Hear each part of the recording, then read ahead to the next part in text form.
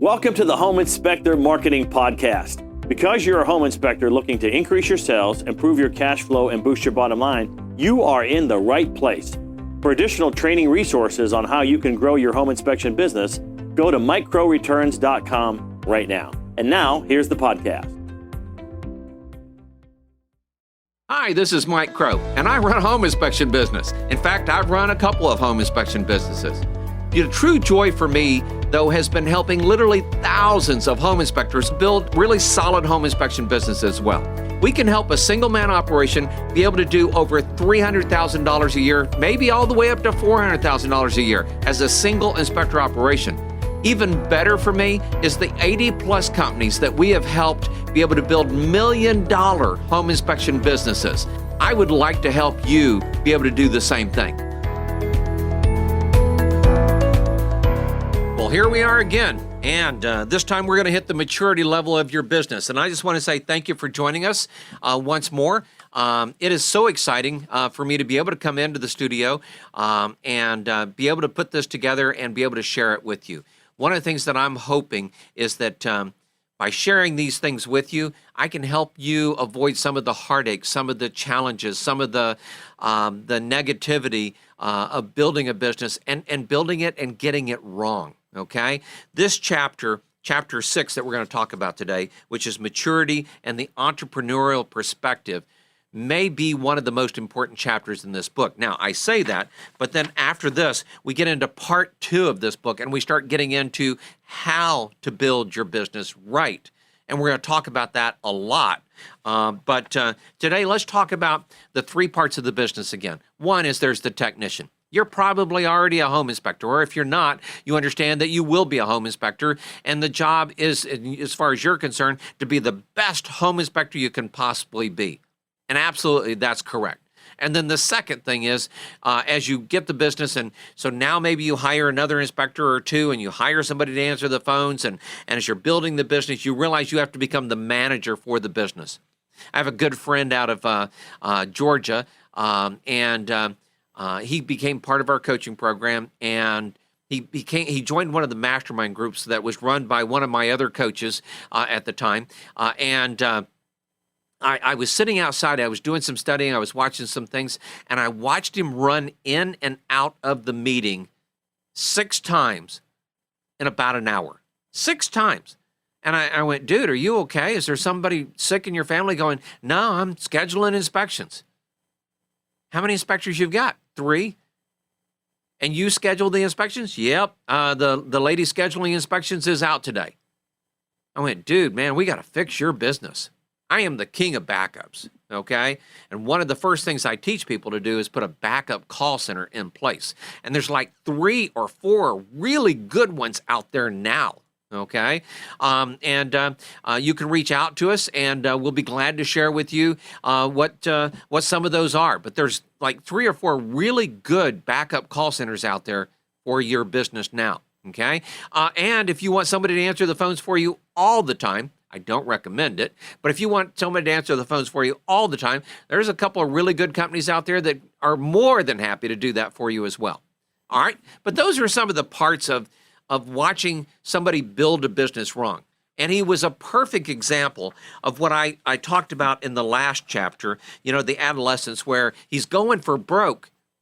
And he's right at that point, where he's got 3 inspectors, and every single day he's just like, working himself to death, and thank goodness he's big, he's strong, he's an amazing guy. But even then, some of the stuff he was doing was causing problems in his marriage and all kinds of other stuff.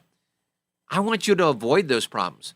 I want you to be able to go to a meeting and sit there all day long and never once have to look at your phone. Never once have to worry about what's happening in the business. Now, I'm a little bit of a micromanager, so I'm always checking the numbers. I'm always looking to see, how things are going and everything, and that's perfectly fine. That's perfectly fine. And I also mentioned that in the beginning, I was the manager. My dad was the entrepreneur. Thank goodness, my dad was the entrepreneur. I didn't truly understand how important that position was until I got this book. And then I realized as my dad was getting older and progressing and seeing other opportunities, because entrepreneurs have this tendency to want to go to the next thing and the next thing and the next thing and the next thing. And my dad was no different. And what I realized was, all right, so we had grown a business and we now had technicians in it. So I was the manager. My dad was the entrepreneur. We taught ourselves both to be the technician. All right. And then we grew the business up and I was managing it and I was doing pretty well with that until things went sideways on me because I had to be gone for 2 weeks. Okay. And then what I realized was I had to learn to become the entrepreneur. So it's very important. This chapter was very important to me, begin to realize that. So maturity of the business is the third phase. Okay. No business, no matter what business it is, IBM, McDonald's, Procter & Gamble, they didn't end up as mature companies, okay? They started out that way. Now, let me say that again because it may sound a little weird to you. They didn't end up as mature companies. They started out that way. Now, they went through a learning curve, don't get me wrong. The person who launches their business as a mature company must also still go through infancy and adolescence. But they go through them in an entirely different way. I tell people all the time, and it really kind of like shocks people. I didn't create a home inspection business. I didn't create our home inspection business, me and my dad. I didn't create it to be a job. I created it to create a business. I created it to have, 6, 10, 20 inspectors. And that's what we move forward towards, okay? But most people, when they go in, including my dad, honestly, thought, we'll create this as a job. We'll create this as something that will be able to take care of us the rest of our life. And maybe, and I think my dad kind of agreed with this some, was we'll hire 2 or 3 people, to be able to pick up some of the slack or overflow of different things.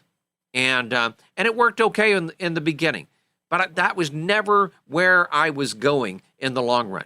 So even at the beginning, at the very beginning, when my dad was our first inspector and he was crushing it, okay, and he learned how to do inspections really well. Thank goodness he taught himself how to do inspections. He did them great. And then I came into the business and we both learned how to do inspections and we got really good at it, okay? And then I realized it was a good time to start being able to hire people and train people and put things into place. And then, of course, everything got very chaotic, very challenging. And that was where I realized I had to start finding a better way. And that was when I discovered this book, The E-Myth, from a wonderful gentleman by the name of Joe out of New Jersey, who was down here working with a company in Texas that said, hey, you're doing it wrong. And I said, well, how do you do it right? And so he taught me this book.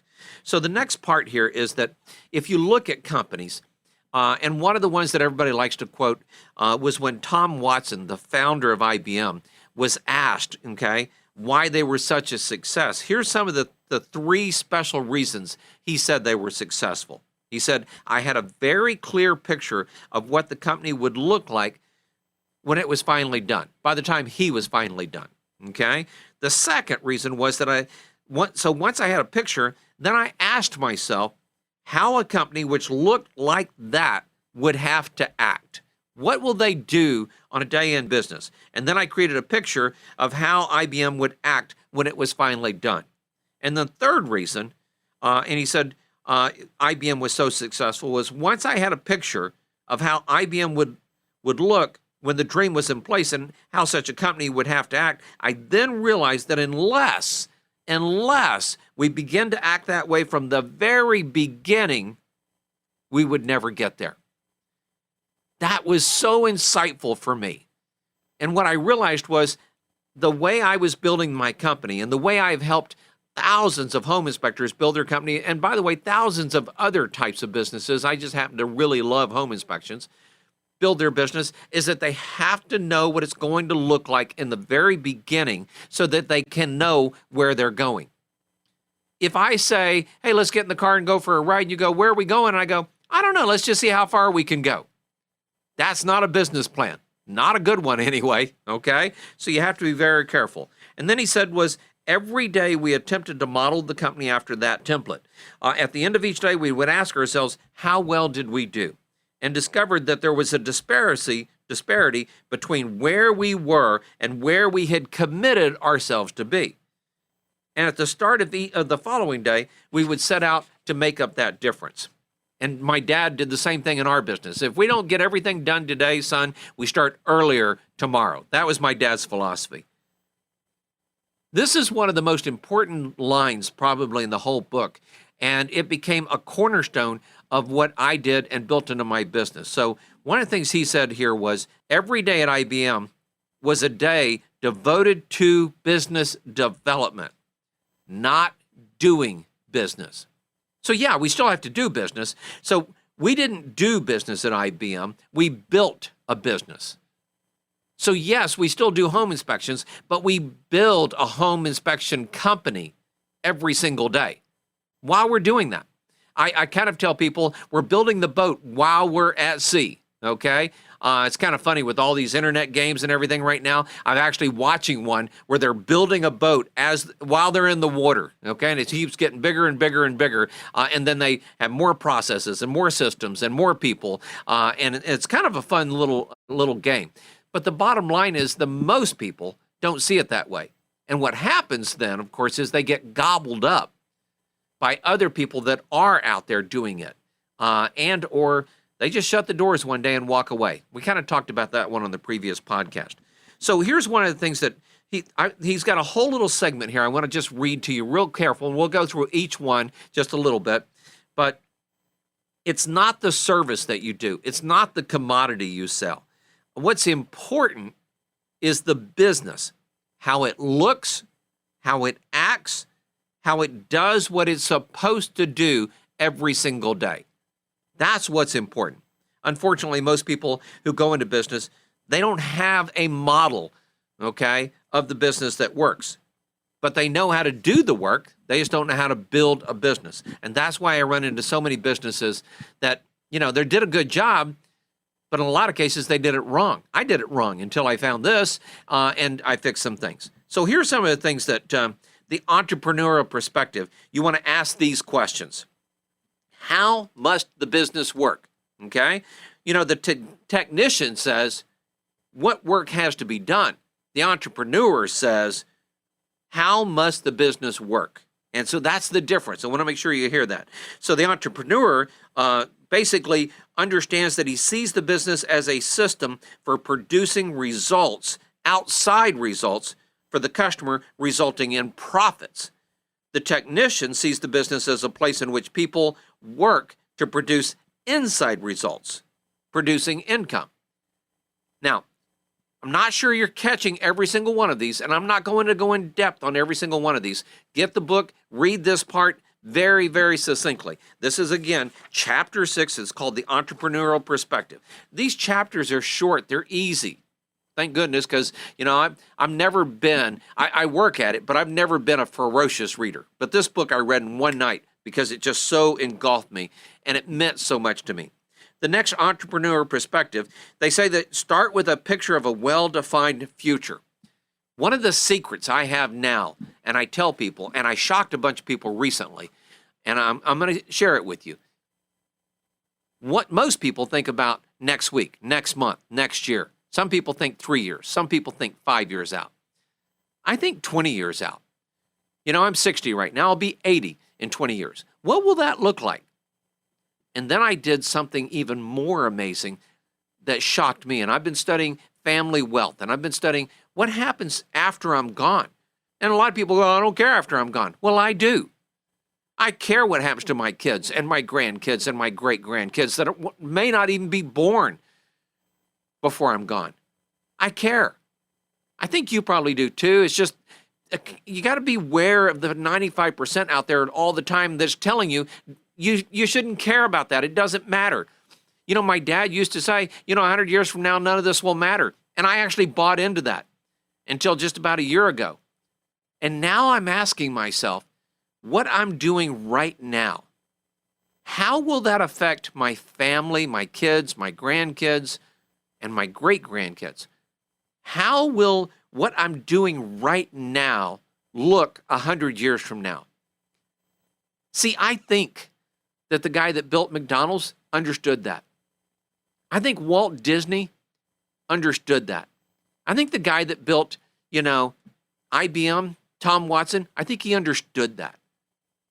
Now, it's a learning process, and I don't want you to jump to the 100-year mark. Start thinking, what's a year look from now? 3 years? What's 5 years? What's 10 years? What's 20 years look? If you hang around successful people, you will find that successful people don't think 5 minutes, an hour, 2 hours ahead.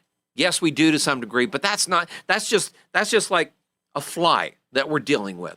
What we're really dealing with is what will be the effect of that decision a year from now, 3 years from now, 5 years from now, which, by the way, is one of the reasons I'm doing these recordings. I won't be here probably 20 years from now. Well, not doing this anyway. I still hope to be alive, okay? But the bottom line is I want to make sure that I leave this for other people. And yes, I'm a little bit egotistical and I'm a little bit arrogant. I was even telling my wife last night, I said, one of the great things that I had the opportunity to do at some point was go visit the museum for Mark Twain. And I thought, wow, look at the legacy this guy has left behind.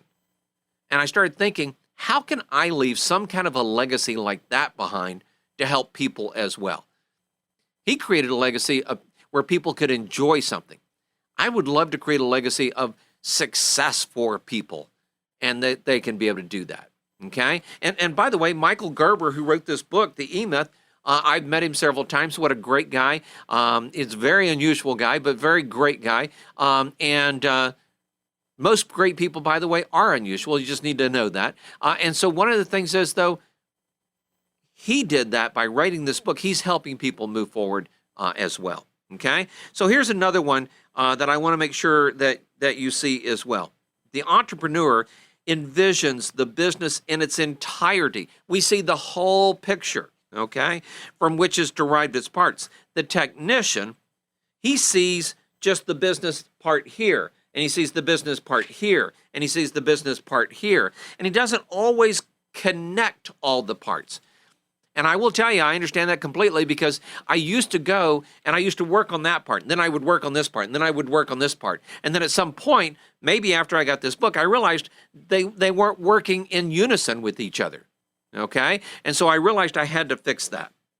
The next one for the entrepreneur is that you have to have kind of an integrated vision of the world, not just your business, but of the world, okay? And the technician, of course, they have a fragmented vision of the world. They see this part of the world, they see this part of the world, they see this part of the world, they see this part of the world. And again, they don't connect all of it.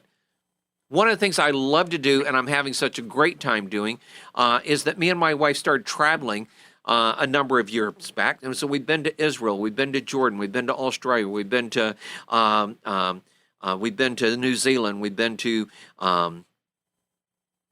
all types of places, Italy and France and Ireland and England. And my next big trip, I'm getting ready to go and take a cruise in the Mediterranean. Oh, and by the way, the year or so ago, we took a cruise all the way around Japan. It was a 19-day cruise. I will tell you that entrepreneurs, and it's one of the things that I'm feeding in myself, is we have a vision of how the world fits into our business, and our business fits into that world. And you start learning things that you see over there that you can use here. It's a huge secret. So let me say this again. Here's one of the big secrets of today. I take ideas from other businesses, other parts of the world, and then I move them into my business here. And even though in Japan, it may be like as common as table salt, it's like dynamite. Okay? It's like a nuclear explosion right here in my business, because we are able to do things. So sometimes I see things on a cruise ship, or sometimes I see things at a hotel, or I see other stuff, and I go, wow, we could put that into our business. And it's one of the reasons our business succeeds beyond belief today. And it's because of the entrepreneurial perspective. All right, so let's just say this again. The entrepreneurial perspective adopts a wider, more expansive scale. Okay, with the technician, the scale is narrower, okay, more inhibited, confined principally to the work being done. See, if you talk to inspectors and you talk to them very long, they want to talk to you about the inspection process. In fact, 95%, if not 99% of everything they want to talk about is the inspection and how the inspection goes and how this inspection and that inspection. And maybe they talk about answering the phones. Maybe they talk about marketing the inspection company. But in the most case, they want to talk about the inspection. I just smile and tell them that's wonderful, okay? And those that ask, I say, well, great. You can't concentrate just on that. Let's take a look at the whole picture. That's why I created the business bullseye that I show people. And a gentleman I just went through with, he's been in business for a number of years, and he wants to take his business from being a single man operation to a multi-inspector firm. And when I drew it for him and when I talked to him about it, he went, I have never seen it like that. And I hear that all the time. That's being part of the entrepreneur. So for the technician, routine becomes kind of the order of the day.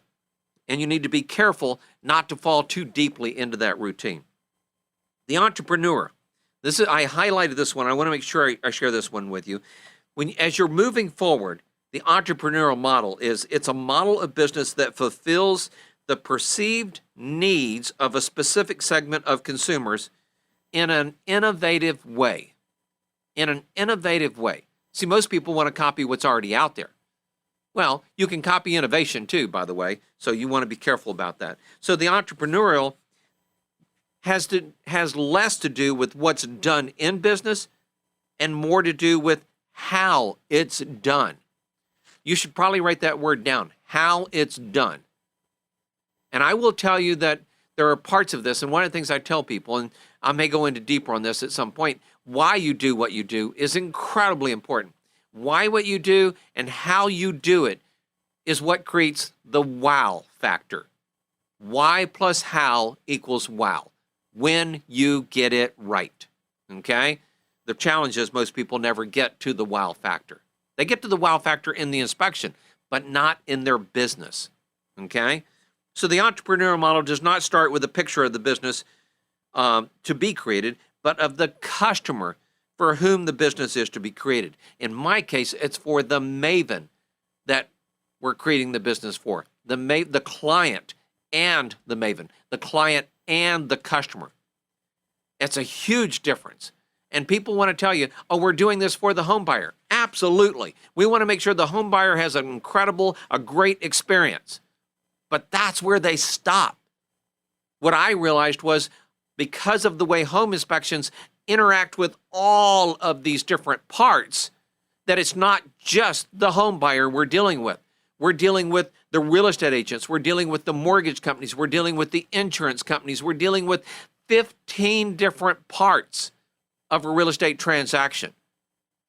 So if you build your business so that it fits all of these parts and takes incredible care of the home buyer, you create a wow business, okay? And it's kind of a cool thing. So one of the things is we understand that without a clear picture of who we're working for, a business simply cannot succeed.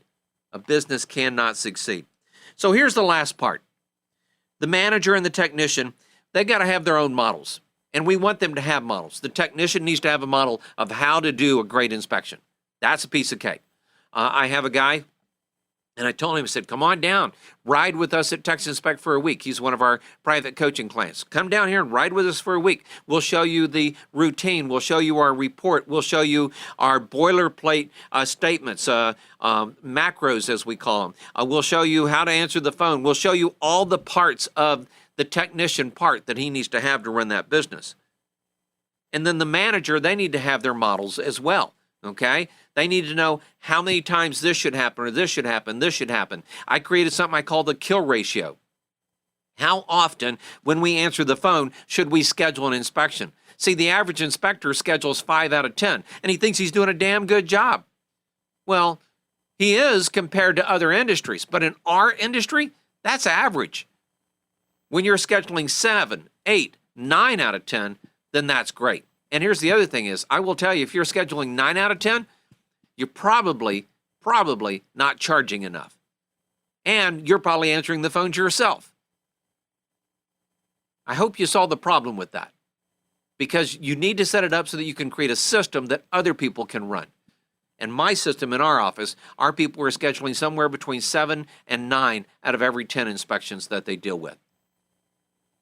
And by the way, we are one of the higher priced inspections in the area because of the wow factor we deliver as the inspection to the home buyer.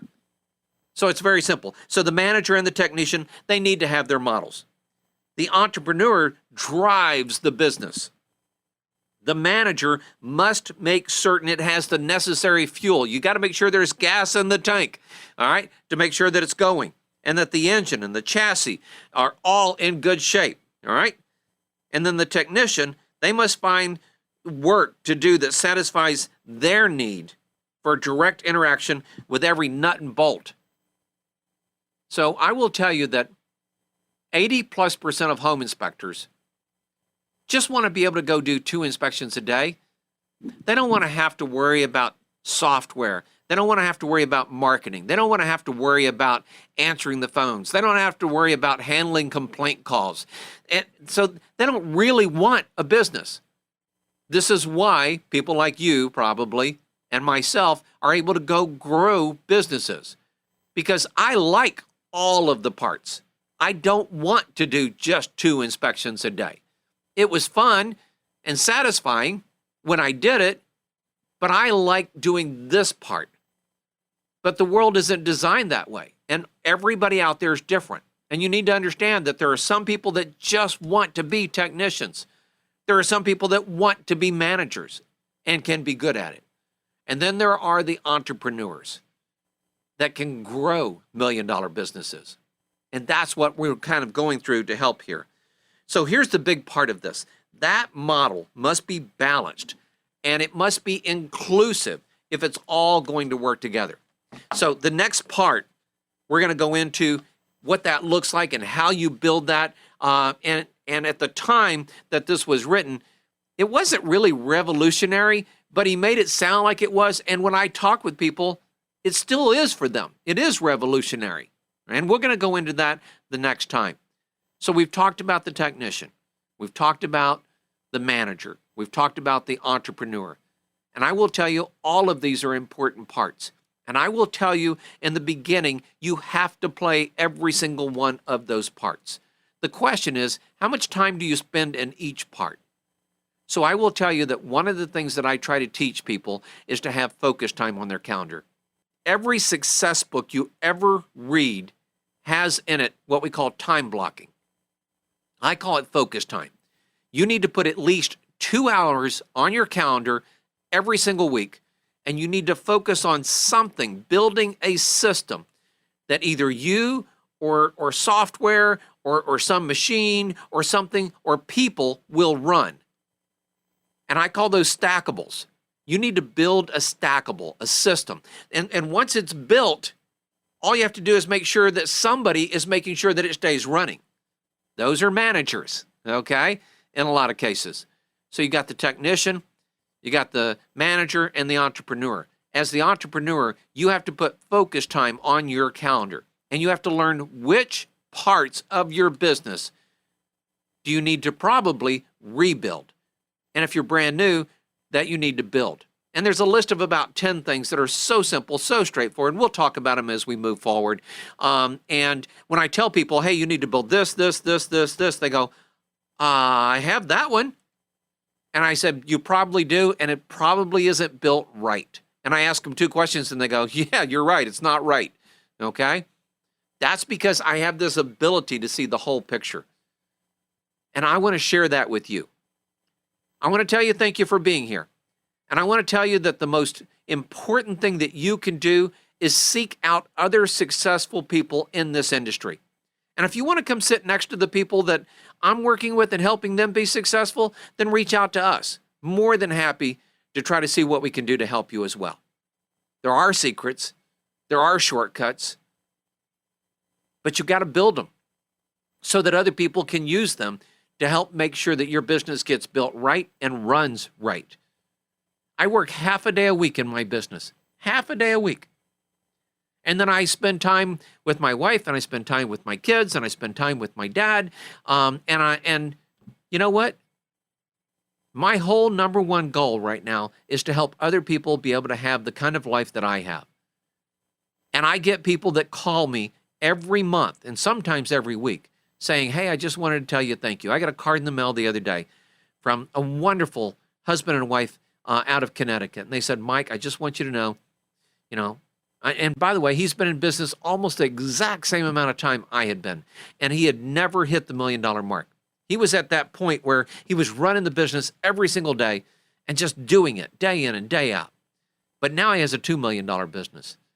And him and his wife get to do incredible stuff and get to be able to help so many more people because they have that freedom to not have to be there in their business every single day. Who knows? Maybe you want to do mission trips. Maybe you want to spend time with kids or grandkids or your parents, or maybe you want to write. Maybe you want to paint. There's one gentleman we've helped, does an incredible job. He's become quite the artist and becoming famous for it, by the way. And it's because he built a business, a successful business, $1 million plus business. It might even be 3 million now, okay? But you have to do it, and the best way to learn how to do that is to sit around the table with other successful people that are doing it. Well, this is Mike Crow, and as I will tell you over and over and over again, be successful and be around those that are successful, because when you learn how to do that, you get to help other people be successful, and you get to have a life that most people just dream about. Thanks, and I'll talk to you again soon. Bye.